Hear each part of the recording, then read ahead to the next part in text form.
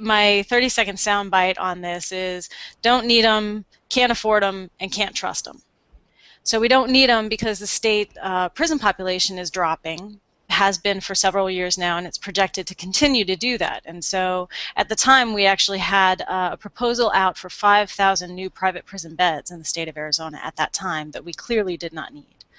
Can't afford it. What we found looking at the Department of Corrections' own records from dating back to 2005 was that we are consistently overspending on our private prisons in the state of Arizona.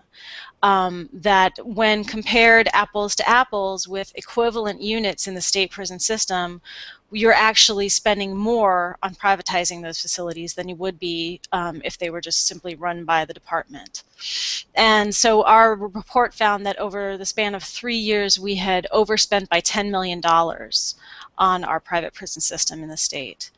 And the can't trust them piece is really the fundamental, and there's a lot to this, but I'll really summarize by saying, again, that there are patterns of problems that we find across the board, and for the record, not just in private prisons, but in any attempt to privatize pretty much any aspect of corrections. And I know Natalie's going to speak more about this. But you see consistently problems with mismanagement, with higher rates of assaults and disturbances and riots and other kinds of violence in those facilities.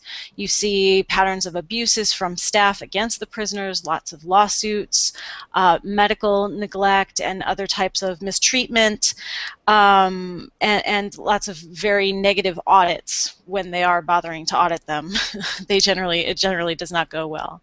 And what we found was really that can be traced back to a number of problems, but chief among them is the one place where private prisons cut corners to make a profit, and that is on staffing. So they tend to pay less than equivalent state units, and they don't pay for the training for those guards. So you tend to have a high rate of staff turnover and folks that are not particularly well equipped to do the job that they're given.